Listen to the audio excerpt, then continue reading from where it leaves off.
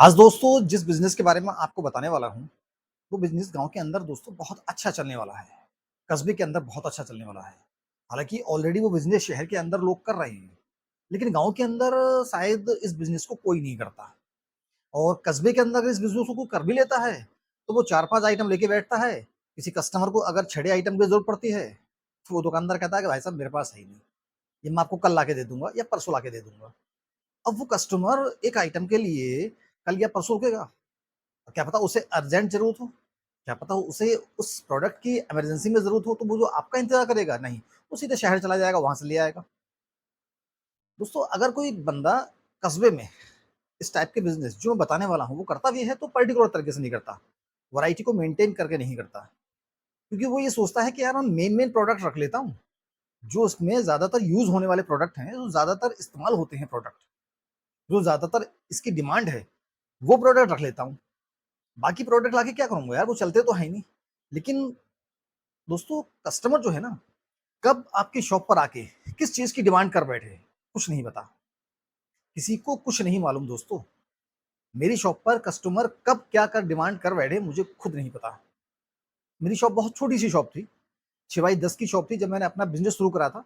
लेकिन कस्टमर की डिमांड मैं पूरी करता गया। कस्टमर की डिमांड पूरी करता गया, कस्टमर मुझसे जो-जो चीज़ माँगते गए, मेरे बिज़नेस से संबंधित जो चीज़ थी, मैं उन चीज़ों को अपने पास रखता चला गया। धीरे-धीरे मेरी वैरायटी मेंटेन होती गई और वैरायटी हालाँकि बहुत ज़्यादा हो गई है। इस वजह से शॉप ना खोल के मुझे मुझे सीधे मार्ट ही खोलना पड़ा। लेकिन आप जो बिज़नेस करें, जो आपको बिज़नेस बताने वाला हूँ, वो बिज़नेस ऐसा नहीं है कि उसमें आपको मार्ट खोलना पड़े, आपको बहुत बड़ी शॉप लेनी पड़े। एक छोटी-सी शॉप से काम चल जाएगा आपका।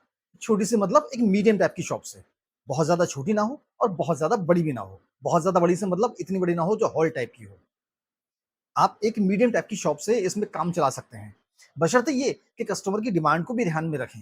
अब ये नहीं कि आपने वो आइटम रख लिए जो बिज़नेस आप करने जा रहे हैं, आपने ये बिज़नेस को गैस कर लिया कि यार इस बिज़नेस में सबसे ज़्यादा इन प्रोडक्ट की ज़रूरत पड़ती है।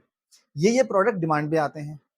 अब आपने वही 4-5 आइटम जो डिमांड में हैं, वो रख लिए। वो आइटम नहीं रखे जो कभी-कभी डिमांड में आते हैं। छोटे-छोटे आइटम, वो आइटम आप भूल गए या जानबूझ के नहीं रखे। अब उन्हीं कस्टमर को, उन्हीं प्रोडक्ट को कस्टमर ने आपकी शॉप पे आके माँग लिया।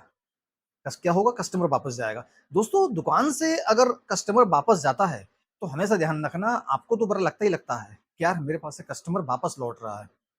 कस्टमर भी ये सोच के वापस लौट जाता है यार कि इनके पास शायद ये आइटम नहीं है।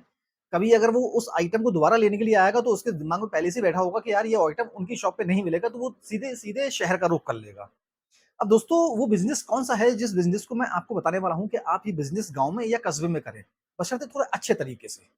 थोड़े सलीके से, प्रोडक्ट की वैरायटी को मेंटेन करके। क्योंकि दोस्तों बिज़नेस अगर आप करें, कभी भी करें, तो बिज़नेस को ये सोच के करें कि ये मेरी लाइफ़ का सबसे बड़ा एम है, ये मेरे लाइफ़ का सबसे बड़ा उद्देश्य है, ये मेरी रोज़ी-रोटी है।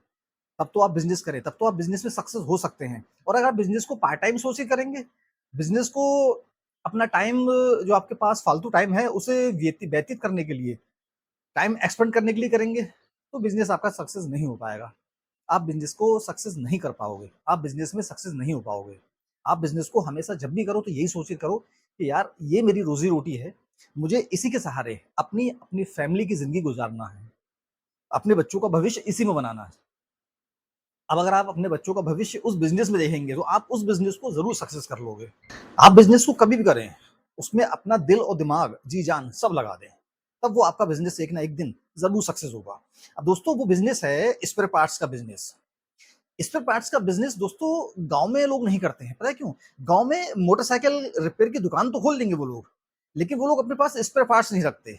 ज़्यादातर मोटरसाइकिल की रिपेयर करने वाले मिस्त्री जो होते हैं, ये अपने पास कभी भी इस टाइप के पार्ट्स नहीं रखते हैं। क्यों? इस वजह से कि यार ये पार्ट्स जो हैं, इन्हें कभी-कभी ज़रूरत पड़ती है और पार्ट्स महँगे भी होते हैं।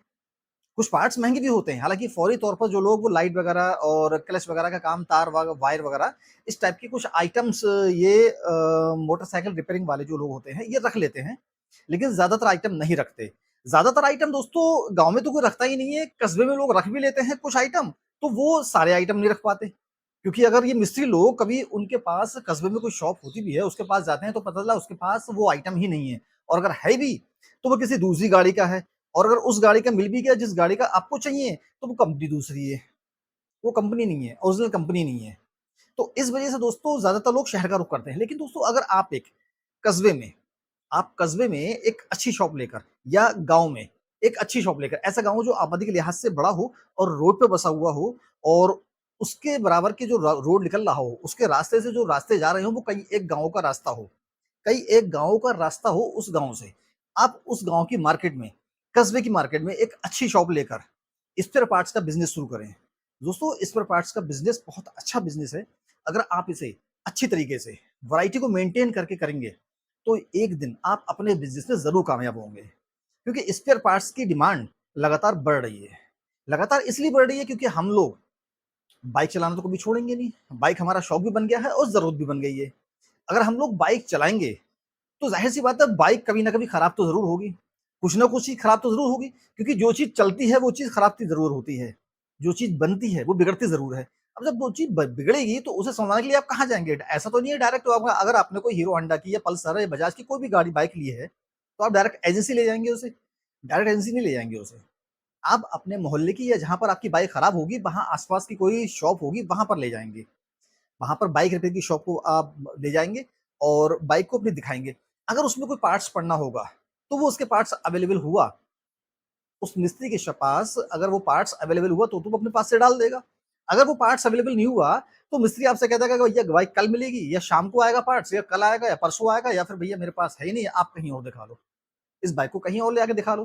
तो दोस्तों वो लोग जो बाइक को सँभालने का काम करते हैं, वो लोग भी इस टाइप की एक पर्टिकुलर शॉप डाल सकते हैं या कोई ऐसा व्यक्ति जो नया बिज़नेस करने की सोच रहा हो।